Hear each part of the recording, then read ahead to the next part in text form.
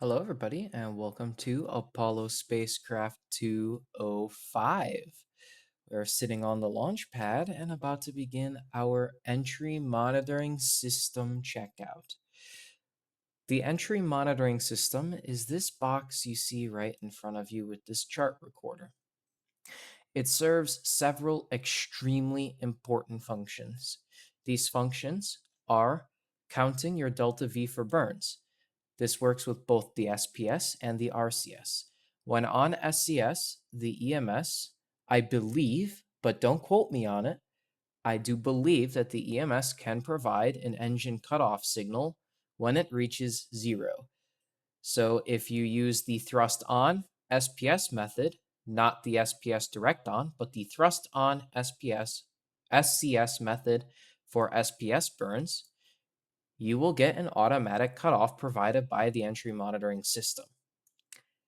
Additionally, it's able to have ranging with objects that you're rendezvousing with.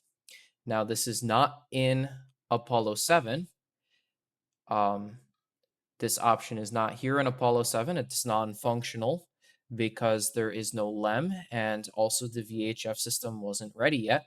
So this shouldn't be here. But of course, in NASP, there is only the Apollo 11 cockpit at the moment. And so anything in Apollo 11 that is shown, or Apollo 9, 10, and 11 that is shown here, of course, some of it may not work in Apollo 7, but that's totally okay. The next thing that it does is it gives you your acceleration. It records a chart of your acceleration and graphs it here, where the lower g forces are on the bottom and the higher the g forces the lower the g forces on the top and the higher the g forces on the bottom. This allows you to be able to get a feel of when to change your lift vector in the spacecraft so that you do not skip out of the atmosphere or burn up on reentry. One of the last things it does, we'll start with the second to last, range to go. It also tells you your estimated range to your site from 0.05 G down to, I want to say it's right before parachute opening on acquisition of the barometric altimeter. This number will count down for you. So that gives you about an estimate of how long reentry is left in range to go. And then the last very important thing is it displays your current lift vector on the RSI indicator. It has a light on the top and bottom indicating which direction you need to enter the atmosphere, because Earth entries are in one direction and lunar entries may be in the other direction depending on how your entry is. So this light is also extremely important. And these are the functions that the entry monitoring system does for you. It's sort of a backup for the computer so that you can do these burns and get a nominal cutoff on time with the proper delta V almost up completely accurately. So let's go over with how to test. On the ground, which we are like now, in order to test the EMS, you need a function to remove Earth's gravity. The um, roughly, I want to say it was 4.2 meters per second per second. Let me just get that number for you here. It would be 32 feet per second per second. That much I know of.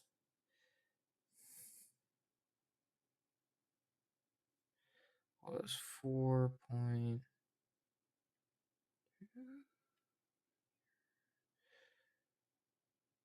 9.8. That's what it was. 9.8 meters per second, or 32 feet per second per second. So in order to remove this, we need to turn on something called the GTA. No, not Grand Theft Auto. This is the ground test accelerometer. It's a special accelerometer which is not affected by Earth's gravity. Now we can go to the delta V and turn the EMS on to normal. This is doing what's called a null bias check. We are looking to see if this number changes greater than plus or minus zero point 0.5. We can see that it's currently minus 0, so it's changed less than point 1, plus or minus point 0. Yeah, delta V changes less than plus or minus zero point 0.1 per 10 seconds. So if this number increments at all, we have a problem. If it doesn't matter if the minus sign changes or not. That's well within the spec. Now we'll go delta V set. Here we'll bring it to the test acceleration, the test delta V, which is 1,586.8 feet per second. 1,586.8 feet per second. And now we can switch to delta V test. And with this still in normal, it will simulate an SPS thrust and it will cut off at 0. And we need to make sure that the value is anywhere from negative 20.8 to positive 20.7. Anywhere in between those values is good. So we can see that we've simulated overburned by just 20 feet per second. And that is completely fine for the delta V cutoff as we get compensated delta Vs. So we can take her into standby now and bring this dial left to tests. When you're using the EMS, if you're going through the tests, they have to be done in order. 1, 2, 3, 4, 5. You cannot go from the right side down. You have to start with 1. Likewise, you cannot go from the left to an option over here on the right. This solid white zone should be avoided at all times during non-testing flight. So with that, let's move to EMS test 1 and flick normal on. After 10 seconds, nothing should happen. However, while we are waiting our 10 seconds, we use this delta V set switch here to just slew this trend recorder right up to the line. Anywhere in between these two notches is a nominal test zone. I usually like to get it right smack in the middle. Now we can go to test 2. On test 2, after 10 seconds, we should see the 0.05G light.